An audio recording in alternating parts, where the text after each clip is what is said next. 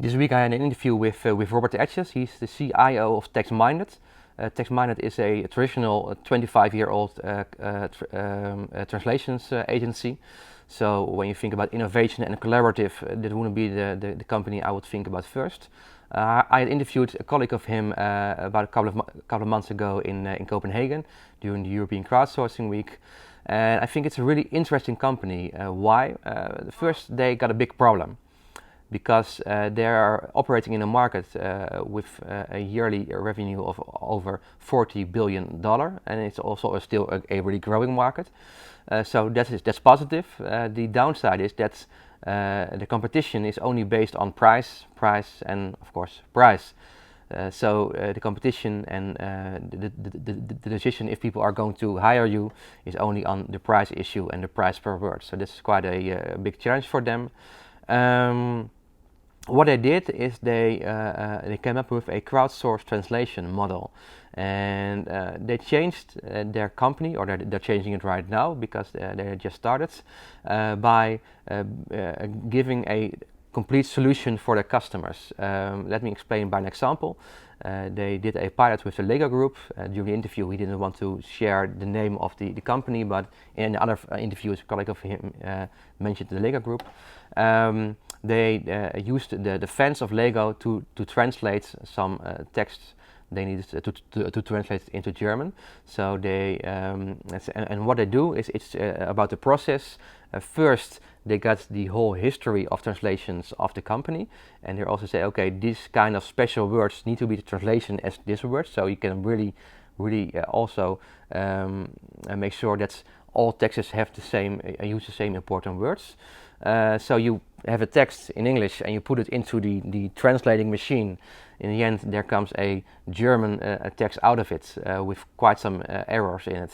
Then you cut the text into pieces and share them with the fans. So the fans, they can say, okay, I want to translate this piece. In the end, the fans are translating it or maybe correcting it. In the end, a professional editor or translator will check all the texts. So at one way, the profit is they get cheaper translations, so that's good for the price thing. But what I think is most interesting is that you don't only have cheaper translations, but you also are really bonding with your fans because you are involved with the core of your organization. So that's really a really clever way. And this week they also shared the story at a big translator conference. I'm really curious about what their competition said about it.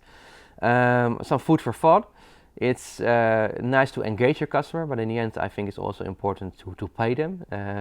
And about this payments part, of course you can pay them money, but you can also pay them with credits or discounts.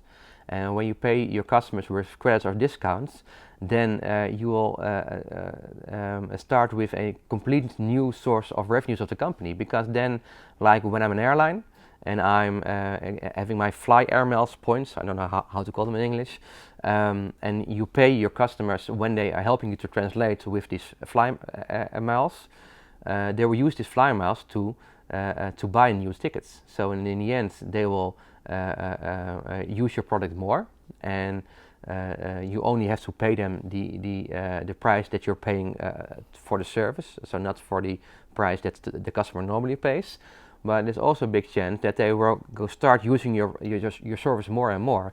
So in the end, it's also really good for your revenue, and so you increase sales, you earn more money, you have engaged customers or fans, and you get cheaper translations. So I think that's really interesting for this company, and you also get really top of mind with your customers. So let's say I think it's a really interesting initiative. I'm really looking forward for the next steps. But I think they really changed from a translation company to a company that is giving a unique solution for their customers, and that's of course a much better story when you look at competition.